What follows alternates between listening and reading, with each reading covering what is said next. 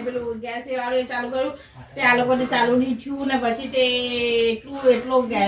gas ઉડાવ્યો તે આખું પેલી ગરમી ઠંડી થઈ ગઈ ગેસ ખબર આ બટર છે કે ચીઝ છે પણ ચીઝ તે છે અગળું કેમ નહીં તો ઉપર હીટ નહીં મળે તે ઓવનમાં લાઈટ નથી એ એટલું ગજબનું ખાવાનું છે દેશી ને વિદેશી બંનેનું કોમ્બિનેશન જબરજસ્ત મજા આવી જાય આ છે એ લોકોના પાસ્તા રાઈટ હવે નીચેના કાઢીએ આપણે ઓકે આ પાસ્તા બનેલા છે પણ ખાવાનું તો એટલું હવા જ છે પણ બટર ને ચીઝ ઓગળું નથી લાઈટ નથી એટલે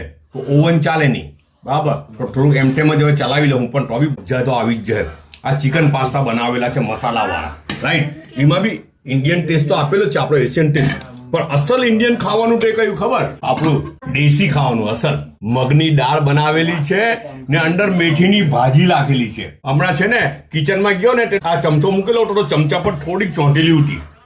એટલે મેં થોડીક લઈને ખાધેલી મને હું જો ટેસ્ટ લાગ્યો ને ભૂખ લાગી ગઈ જલ્દી બહુ મજાની બનેલી છે આ દાળ બીટો ને હાટે હું ખબર